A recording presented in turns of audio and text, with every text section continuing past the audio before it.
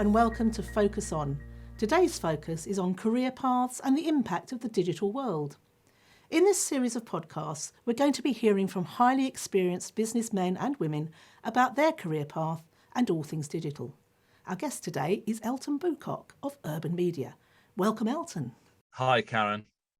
Great to see you. I mean, we must have met many years ago now, probably just as the internet was actually kicking off for smaller businesses, certainly. Yeah, I think for both of our sakes, it's far too many years to try and remember. But yeah, it's certainly a number of years. And as you say, just when digital was starting, we still remember the times of things like yellow pages and so on that, many people today probably wouldn't even think of. It's so we met before Google. But things have really moved on, haven't they? I mean, when I left school, I had no idea what I was going to do, really. There was sort of probably three options. It was secretary, teacher, nurse, and maybe housewife. But I did find my way into this business, and at some point I'll share that as well. But I do find that even today, when we have students coming in for work experience or even looking for apprenticeships, they're equally unsure about where they want to go with their careers. Some do actually have a goal, but they don't quite know how to get there. And it is quite a complicated world, isn't it? There's lots of opportunities, but how do you do it? And your company, Urban Media, the name suggests, you're really at home with the digital world. And I wondered if you could just first of all tell us a bit about what you do. Yeah, so digital, yes, we do digital marketing. So that is anything related to the sort of the Googles of this world, as we spoke about, or social media platforms. Again, they never existed. So if it's online, then we cover it. But as you say, that online space, I mean, that's changed since we started doing it. Back in the day, we'd just build a website and you might put it on Ask Jeeves and all of these names that are no longer really prominent. And so it changes all the time, whether it's a new social media channel, a TikTok or whatever it happens to be next. But yeah, so even within digital, it's fast moving. Yeah, and so I mean, so when you left school years ago, like me, what you do now probably wasn't an option. So No. what were you thinking of doing, and how did it all work out? So I knew exactly what I was going to do. So that's where I was a little bit odd. I was going in the army and I was going to be a tank transporter. So all of my family are in transport, and so I'd sort of grown up driving trucks around the yard, and my uncle was in the army as a tank transporter. He's in the tank transporter part of the Royal Corps of Transport. So that's what I did. I left school. I went straight into the army. And as you can probably see now, I've always been a drummer as well. So of course they picked me up for the band and then said, look, Boocock, you can go anywhere you want, and we're going to drag you back to Aldershot, and you're going to be in the corps of drums, which, looking back, actually, that could have been quite an exciting career move. But for me, who was hell-bent on being a tank transporter and being in transport, that was not what I wanted. So once I'd finished Junior Leader Regiment, which is what I was in, I then came out. But of course, what do? You come out and you're quite handy with an SA-80, a rifle, but there's not a lot of use for that on Civvy Street, as they say. So then I had to really rethink, and actually I just fell into labouring. Obviously, if you've just done the army, you're naturally fairly strong. So therefore, I just fell into labouring. And I did all sorts because I didn't know what I wanted to do. So all I knew is that I needed to work. So I needed to work. That's all I knew. So I ranged from litter picking to I had a clean easy or a better wear round. I lifted plaster boards on site. I'd do anything because I didn't know what I wanted to do, but I knew that it wasn't an option to just wait until that light bulb happened. I had to do something. So it was then a few years later when I realized, like, I'm doing all of this physical stuff, but nothing's taxing my head. And I was writing music at that point. So big into synthesizers and sort of Jean-Michel Jarre and so on. So so I went back to locally to Amersham and Wickham College to do a HND in music theatre, and my part was to focus on writing and producing. And so that was good, like with all college courses, and I was the mature student, they would call it, even though I was still only 23. That looks very different when you are 23, of course, but you're classified as a mature student. And I took the 2 years more than anything to really think about what I wanted to do. And I think that was key. And it's when I came out of that that I thought, right, I want to go into animation.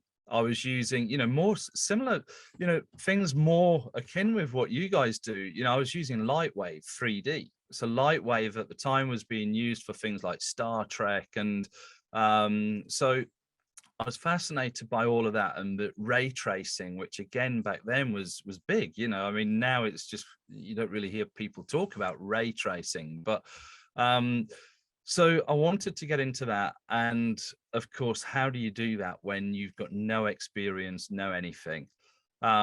So I started just playing Photoshop and just messing around, being creative. And somebody said, I built a website. That's right. I built a website for my own, I say business. I mean, it was just me and, the kitchen table, as they say. And somebody said, oh, could you build one for me? And before you knew it, actually, I was building these websites. And I never planned to do it.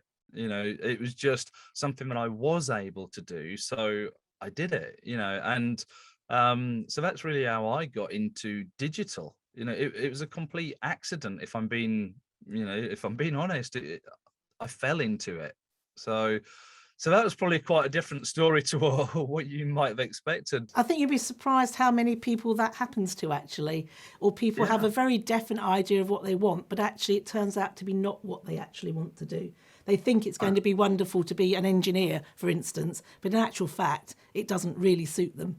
And it's not till you get out there in the world and you see some of the opportunities that are out there, because we don't know. When you leave school, you've no idea what's really out there. There's so many different jobs, aren't there? And I think now, compared to when I left school, if you came up with, I don't know, if you'd gone into your careers officer and said the equivalent of, I'm going to be a YouTuber, they would have said, okay, well, we've got plumbing, carpentry, bricklaying, or mechanicking. Which do you want to do? And if you said, well, actually, no, my dream is to be an astronaut and work for NASA, they'd say, yeah, we've got plumbing, electrics, and they bring you back to Earth, and they would tell you what you could do rather than, or more to the point, what you couldn't do.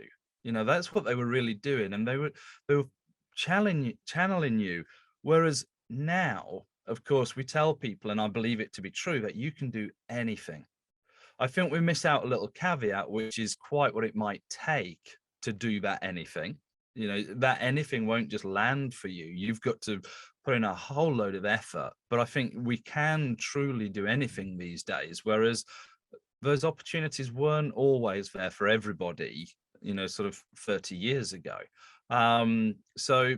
But I think that opportunity also comes with a challenge. When you can be anything, how do you choose that one thing? Yeah, that's true. That's really hard. And I think, of course, with the internet now, we have the whole world is open to us, isn't it? We can find out so much. And even if you don't go to college, well, you have to go to college to a certain age, but even if you don't go to university because it's not for you or you can't afford it or whatever, you can do so much study online. You can find out a lot of things that probably just weren't there when you and I were first starting out. But I mean, people often say to me, so looking back now, what would you do differently? Would you do anything differently, do you think?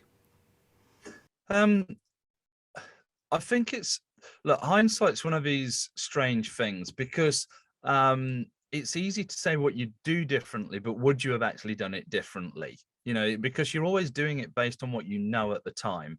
And I think there's so much that you learn over time that I wish I knew back then. But actually, No, it's been a journey. And some of that journey has been painful, some of it's been amazing.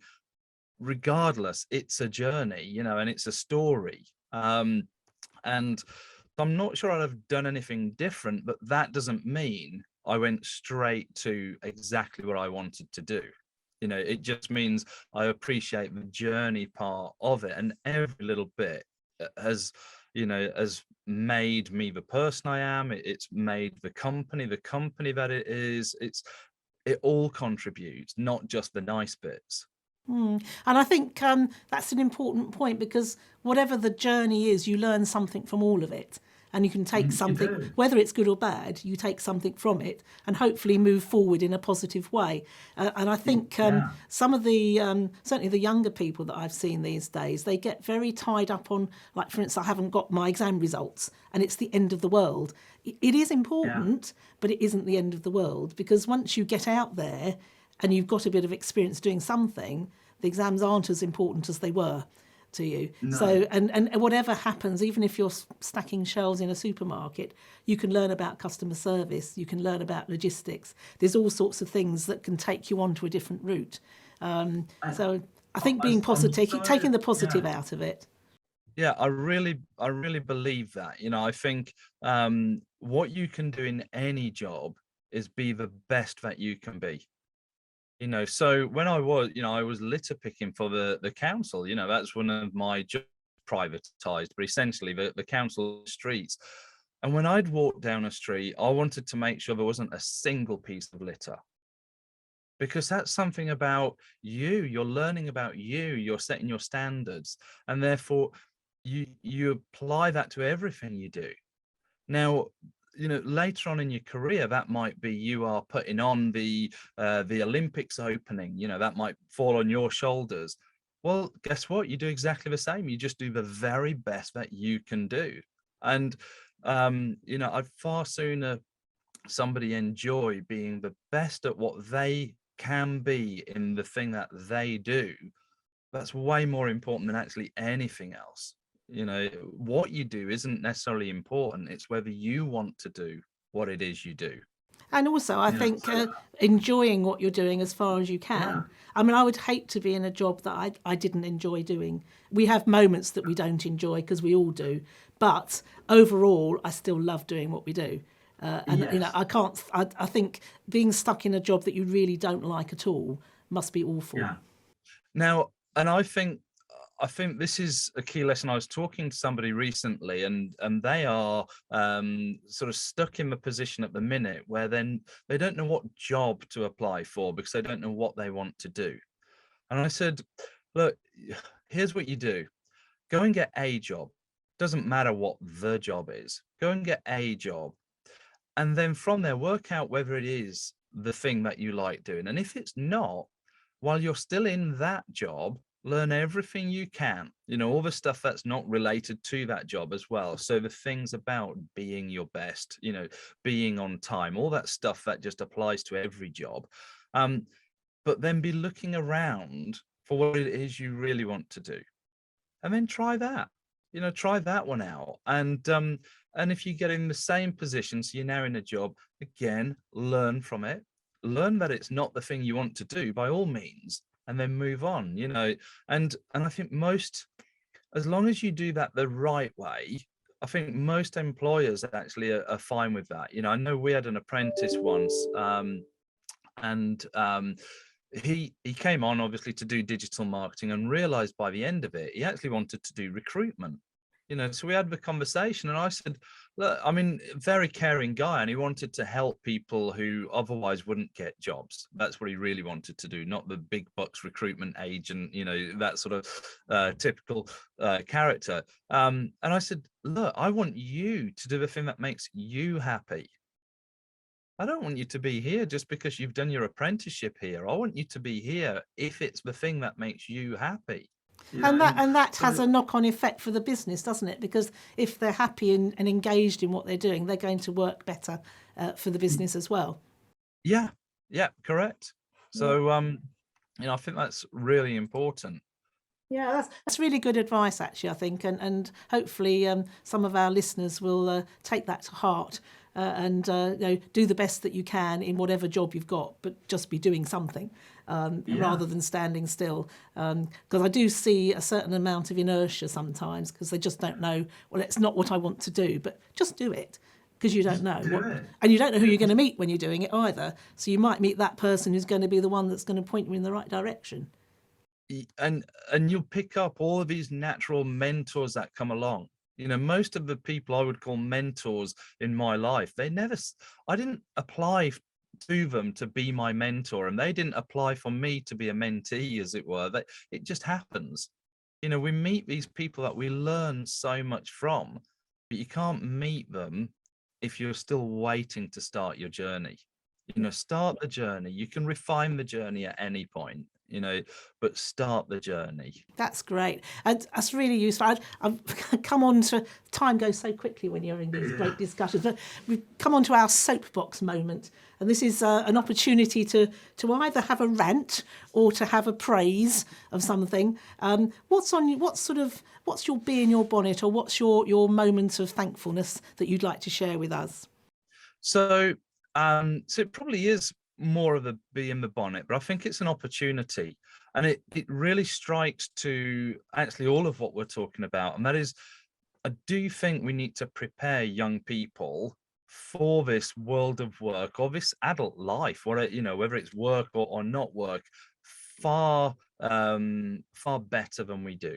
We don't teach our young people mindset and just the general stuff about life. We don't teach it in schools, and we really should, so that actually when people come out of school, they do feel a bit more prepared. They're not, I look at so many young people now, and look, to say young people as though it's a group, of course, that doesn't do it justice, but generally I see young people who just feel lost when they leave school. They don't know what to do, and that's not fair.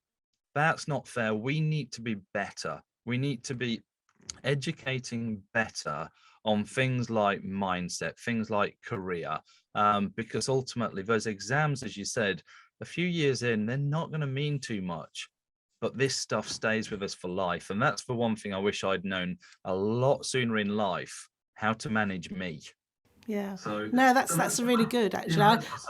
I don't know if you've come across it, but for the BTECs now, they have to do 1 day a week with a business for a year. In fact, I think it might be 2 years, actually, to actually get some experience in a real business. And I think that's just an amazing step forward, just to get them used to. I mean, it's a bit of a shock to start with. They're coming, and quite hard, because they're coming into a group of people, a business, they don't know them. It's quite a hard thing. But it does get them to understand about how business works and what the expectation is. Certainly the ones that we've had doing that have really grown through doing it. They've gone from being sort of really shy and not quite sure what to sit in the corner, don't know what to do, to actually being contributing. And it's helped them with the rest of their course. And some have gone on to be apprentices elsewhere, and some have gone on to university and all sorts of things. But it has helped them, and I think we need to see more of that practical experience. But mindset, you're absolutely right. I mean, we did some work with a chap who does a lot on mindset during COVID. And it's interesting, actually, with your kind of digital hat on and thinking about the challenges of mindset and social media pressures these days. Social media is a pressure and a pleasure as well. Yeah, but actually, there's a lot of people really struggling to manage the social media presence. What's your thoughts on that? As you say it there, the pleasure and pressure, I completely agree with. We look at social media, and yourself that you only put your best self forward onto social media typically. And yet when you see somebody else's best self, you assume that that's their permanent self. Well, how crazy is that? That what you put on social media isn't like all the warts and all. You only put all those positive things on. So what do you think the other person's doing? They're only putting their positives on. You don't have to live up to that, because they don't live up to that. And yet we take on this pressure of, and I see it in business as well. We must tweet every day. We must do LinkedIn every day. We must do. No, you must not. You must be completely authentic. You must be yourself. That's all you must be, and so I think social media is an amazing thing, but I think it can have so much damaging effect if you don't control your usage of social media. That's what it's down to. Yeah, I mean, and I suppose people can be very unkind on social media as well because it's easy, isn't it? It's kind of anonymous in a way. You wouldn't say. I always say, don't say anything on social media you wouldn't say to someone face to face. Yeah. But people do, and learning to understand that that's not normal. That's actually something that you need to somehow manage and say, well, actually, if they were in front of me, they wouldn't say that. I think we have to kind of learn to manage it in some way. Yeah, we do. But remember, we can switch it off. This is again this stuff about mindset. Yeah. Remember, we can switch it off. Yeah. And actually, if somebody was in the school playground, if somebody was in your workplace and they were being that nasty, it's not that easy to switch them off. With social media, it's just an off button. Yeah, absolutely. So it is about just take back control of your usage of social media. It's your usage, it's not theirs. Yeah, that's absolutely right. Actually, I was my colleagues here have often said, why don't they just close their account or switch it off? Because you don't have to be on there. And I think getting that home to people is really important, actually, and that it's not, it's social media it can be great, but you don't have to believe everything that you see on it. You really don't. You really don't. Well, that's been really interesting, Elton. Thank you ever so much for your contribution. If people wanted to get in touch with you at all, is there a good way they can get in touch with you? Well, because my name's so unusual, it's probably easier. I say to people, I met somebody last night and I said, look, it's far easier if you just search for me on Facebook. So it's just Elton Boocock, and you'll find on, the Twitters and the LinkedIns and so on. There's not too many Elton Boococks, fortunately. So that's probably the easiest, but urban media as well would be fine. But I would suggest just go onto your social media and look for Elton Boocock. Yeah, because you do speaking gigs as well, don't you, and stuff, and you're quite keen to encourage entrepreneurship and young people and what have you. So that's great. Well, that's really good. Thank you ever so much for your input. It's been great to see you online and to hear you. I don't know, the audience, what your thoughts are on the topics we raised today, but we'd love to hear from you. So do get in touch. Our email is admin@takeonetv.com, and please do subscribe and tell your friends, because we'd like to grow our tribe and learn by sharing as we focus on.